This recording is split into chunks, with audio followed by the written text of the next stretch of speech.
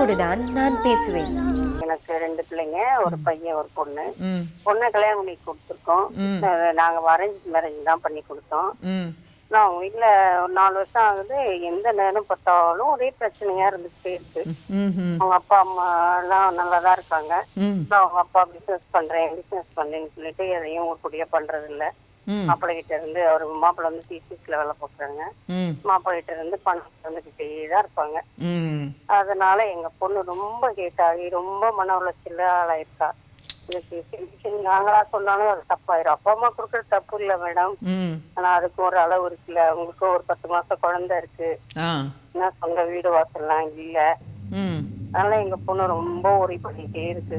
ம் எனக்கு அவளுக்கு என்ன ஆறுதல் சொல்லுன்னு தெரியல. நானும் போக போக சரியாயிடுமான்னு சொல்றேன். ம் ஆனாலும் ஏதாவது ஒரு ப்ராப்ளம் அவங்க வீட்டுல இருந்துகிட்டே இருக்கு. ம் இதுக்கு கொஞ்சம் எனக்கு சொல்யூஷன் கொடுத்தீங்கன்னா நல்லா இருக்கும் மேடம். இது என்னம்மா சொல்யூஷன் பண்ண முடியும்? அவங்க கொஞ்சம் கொஞ்சமாக கொஞ்சம் இன்னும் கொஞ்சம் நாள் ஆக ஆக தான் சரியாகும். இப்போ அவருக்குன்னு குழந்தைங்க இல்ல அதுதான் நானும் சொல்றது எங்க பொண்ணுகிட்ட.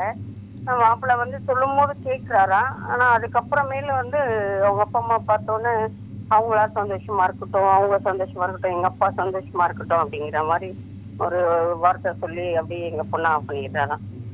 அது எங்க பொண்ணு ரொம்ப வருத்தப்படுது சொல்லிட்டு என்னதான் பண்ண முடியுமான்னு. எங்க பொண்ணும் இளமல்ல ஒர்க் பண்ணிட்டு தான் இருந்தது. இப்போ பாப்பாக்காண்டி தான் வேலையை ரிசைன் பண்ணிடுச்சு.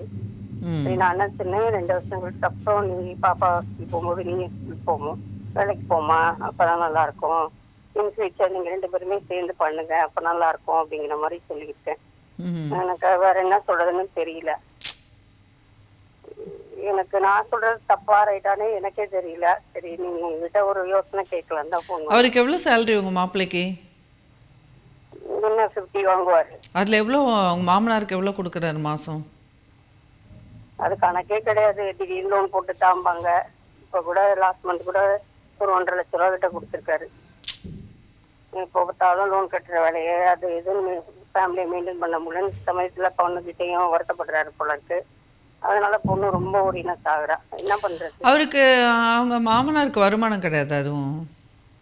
அதாவது இப்போ பிசினஸ் பண்றேன்னு சொல்லிட்டு லாஸ்ட் ஆஃப் தான் காட்டிட்டு இருக்காரு. 3 வருஷமா அவர் அதுதான் பண்ணிட்டு இருக்காரு.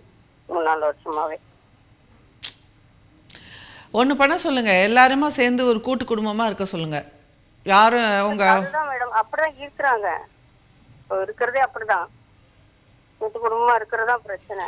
அப்போ காசு அவங்க மாமனார்கிட்ட ஒன்றும் சம்பாதிக்க வேணாம், வீட்டில் இருங்க, நீங்கள் ஒன்றும் சம்பாதிக்க வேணாம், நான் பார்த்துக்கிறேன் அப்படின்னு சொல்லிட்டு உங்கள் மாப்பிள்ளையை வந்து ஹெட் ஆஃப் த ஃபேமிலியாக பொசிஷன் எடுத்துக்க சொல்லுங்கள். அவரும் எடுக்கிறாரு மேடம். ஆனா அவங்க அப்பா கேட்குற டைம்ல எல்லாம் பைசா கொடுத்துக்கிட்டே தான் இருக்காங்க. அதான் அது மாதிரி வேண்டாம். அவர் சம்பாதிக்கணுங்கிறதுனால தானே வேண்டாம். நீங்கள் இனிமேல் சம்பாதிச்சு என்ன ஆக போகுது? இனிமேல் நீங்கள் பாட்டுக்கு சாப்பிட்டுட்டு வீட்டில் இருங்க, வீட்டில் இதுவாக இனிமேல் குழந்தையோட விளையாடிட்டு பேரப்பிள்ளையோட அப்படி. அந்த மாதிரி சொல்ற கெப்பாசிட்டி அவர்கிட்ட இல்லாம இருக்கிறதா எங்களுக்கு புரியல. ம் ஏன் அதை சொல்ல மாட்டேங்கிறாரு அப்படிங்கிறது தான் எங்களுக்கு. ஆனா எங்ககிட்ட பேசும்போதெல்லாம் அப்பாவோட எனக்கு எந்த பெனிஃபிட்டும் இல்லை அப்படிங்கிற மாதிரி தான் பேசுறாரு. ஆனா அவங்க அங்க நடந்துக்கிறதெல்லாம் பார்த்தா வந்து அவரு வந்து அவங்க அப்பா வந்து இவர் ஏதோ பிரெயின் வாஷ் பண்ணி அப்பப்ப காசு வாங்குற மாதிரி எங்க பொண்ணு சொல்லுது. இருக்கலாம், அவங்க கண்ட்ரோலில் இருக்காங்க. அது இருக்கணும். கரெக்ட் மேடம், அவங்க கண்ட்ரோலில் இருக்காங்க. அதான் உங்கள் மாப்பிள்ளை வந்து அவங்க அம்மா அப்பா கண்ட்ரோல் பண்ணுறாரு. அவங்க ஒரு குற்ற உணர்வு ஏதாவது மாப்பிள்ள கோவத்துல பேசினாலும் சூசைட் பண்ணிப்போம், குற்ற உணர்வை கொடுத்து பண்ணிட்டு இருக்காங்க அப்படின்னு எங்க பொண்ணு சொல்லுது. குற்ற உணர்வை கொடுத்து ஆமா. எனக்கு என்ன சொல்யூஷனா சரியா இருக்கும் மேடம்? என்ன சொல்யூஷன்? இது வந்து உங்கள் மாப்பிள்ளை வந்து அந்த குற்ற உணர்வுலேருந்து வெளில வந்தாருன்னா தீர்வு இருக்குது. அது வந்து ரொம்ப கஷ்டம். நிறைய தெரப்பி வரணும், அவர் கவுன்சிலிங் வரணும். அப்பதான் முடியும். அது டைமிங் ஏத்த மாதிரி அவரு பேசுறாரு. அதுதான் எங்களுக்கு ரொம்ப புரியாம இருக்கோம். நாங்க கரெக்டா நாங்க எதையும் தலையிடுறது இல்லை. ஆனா எங்க பொண்ணு வருத்தப்படும் போது எங்ககிட்ட சொல்லாம எங்க பொண்ணு யார்கிட்ட சொல்லணும் சொல்லுங்க? அடுத்தவங்கிட்ட சொன்னா அதை செய்யும். அதனால எங்ககிட்ட சொல்லும் போது கஷ்டமா இருக்கு எங்களுக்கு. என்னடா இது இப்படி இருக்காங்க அப்படின்னு. உங்க பொண்ணுகிட்ட சொல்லிடுங்க. உங்க பொண்ணுகிட்ட சொல்லுங்க, சொல்லுவேன் இனிமே எங்ககிட்ட சொல்லாதீங்கம்மா, எனக்கு வருத்தமா இருக்குமா, இனிமே நீ என்கிட்ட சொல்லாத. நீ வேணா ஒன்று பண்ண, எப்படியும் லட்சமா 1000 செலவழிக்கிறீங்க, நீ வந்து ஒரு கவுன்சிலிங் எடுத்துக்கோ அப்படின்னு சொல்லிட்டு என் நம்பர் கொடுத்துருங்க உங்கள் பொண்ணுக்கிட்ட. ஓகே, அவங்க வீட்டுக்காரை கூட்டிட்டு கவுன்சிலிங்க்கு வரட்டும் உங்க பொண்ணு. கவுன்சிலிங் வரட்டா கூட எங்க பொண்ணு வரும், அவங்க எல்லாம் வர மாட்டாங்க மேடம். அவங்க அதான் உங்க அவங்க பொண்ணு வரட்டும். செய்யறதெல்லாம் நியாயம் அப்படிங்கிற மாதிரி. இல்ல அதான் உங்க அவங்க பொண்ணு அப்பாவே லைட்டா வரட்டும் கொஞ்சம் கவுன்சிலிங். சைக்கோ மாதிரி தான் பேசுவாப்ல மாமனாரு. சரி, அதான் உங்க பொண்ணு வரட்டும் கவுன்சிலிங்க்கு. சரியா? நீங்க என்ன பண்ண சரி. முடியும்? ஆ. உங்ககிட்ட சொல்றதுனால உங்க மனசு வருத்தப்படுது. அப்புறம் நாளைக்கு வந்து அவங்கள பார்த்தாக்கா நீங்க ஏதாவது ஏசி பேசிடுவீங்க. அப்புறம் இப்போ சம்மந்திக்குள்ள தான் சண்டை வரும். அப்புறம் அதுதான் மேடம் நான் அப்புறம் ரொம்ப உங்களுக்கு உங்களுக்கு தான் ஒட்டு உறவு இல்லாத போயிடும் பொண்ணோடது. ம் சரியா? ம் எப்படியும் உங்க பொண்ணு வந்து மாப்பிள்ளைய விட்டு வர முடியாது, ம் வரக்கூடாது இல்லையா? ம் உங்க பொண்ணு வந்து மாப்பிள்ளையோட தானே வாழணும். ஆமா சார், ஆமா மேடம். அப்ப நீங்க ஒதுங்கி இருக்க தானே. அப்ப நீங்க இந்த பிரச்சனைக்குள்ளேயே போகாம நீங்க வந்து நீங்க பாட்டுக்கு எங்கேயாவது டூர் போயிடணும், நோ கான்டாக்ட்ல இருக்கணும். சரி உன் வாழ்க்கைமா இனிமே எங்களால தலையிட முடியாது, நீ பார்த்துக்கோமா, காசு பணம் முக்கியம் கிடையாது, நீ வந்து உங்க வீட்டுக்காரர் என்ன சொல்றாரோ கேட்டு பார்த்து பண்ணிக்குவான். ஃபர்ஸ்ட் பையனா பொண்ணா, இப்போ பேரனா பேத்தியா? பேத்தி. சரி, அவங்க பார்த்துக்குவாங்க. இன்னொரு குழந்தையெல்லாம் பெற்றுக்காதன்னு மட்டும் சொல்லிடுங்க, அவ்வளோதான். நீங்கள் பண்ணுற அட்வைஸை பண்ணிவிடுங்க. அதுக்கப்புறம் பெற்றுக்கிட்டாங்கன்னா அது அவங்க பாடு, அவங்க கஷ்டம், அவ்வளோதான். ஒன்றும் பண்ண முடியாது. சரி மேடம். சரிங்களா? நீங்கள் எதுவும் இன்டர்ஃபியர் பண்ணாதீங்கம்மா.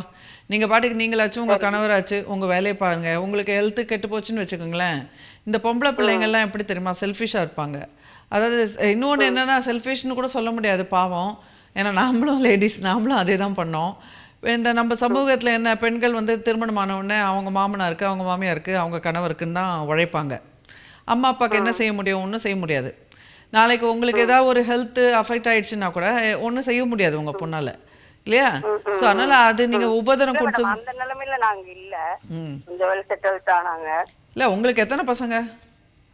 2 பசங்க தான், ஒரு பையன் ஒரு பொண்ணு. அப்போ உங்கள் பையனோட நீங்கள் கொஞ்சம் நல்ல பாண்டிங் ஏற்படுத்திட்டு நீங்கள் உங்கள் ஃபேமிலியை பார்த்துட்டு நீங்கள் இருந்துருங்க. Okay madam. ஆமாம். உங்கள் பொண்ணுக்கிட்ட வந்து ரொம்ப நீங்கள் பேச்சு வச்சுக்காதீங்க. ஏன்னா அப்புறம் அதுவே பெரிய விரிசலாகி அப்போ நாளைக்கு வந்து அது விவாகரத்து அது இதுன்னு வந்ததுன்னா அப்புறம் உங்களுக்கு தான் தலைவலி. அதை சொல்லுங்க. அதனால வந்து காசு பணம் தானே, போட்டோம், என்ன போகுதோ போட்டோம், என்ன மிஞ்சுதோ மிஞ்சிட்டோம். இப்போ திடீர்னு இல்லை எவ்வளோ இடத்துல எர்த்குவேக் வருது, ஓவர் நைட்டு இவ்வளோ பெரிய பில்டிங் போயிடுது, ம் எவ்வளோ பார்க்குறோம்லம்மா. ஆமா. ஸோ பணம் நிரந்தரம் இல்லை, வாழ்க்கையும் நிரந்தரம் இல்லை. அதனால் நீ அதை பற்றிலாம் ரொம்ப கவலைப்படாதம்மா. நீ பாட்டுக்கு உங்கள் வீட்டுக்கார் படம் விட்டு, அவர் தானே ஹெட் ஆஃப் த ஃபேமிலி, அவர் சம்பாதிக்கிறாரு, அவர் என்ன பண்ணிக்கிறாரு, நீ விட்டுடு.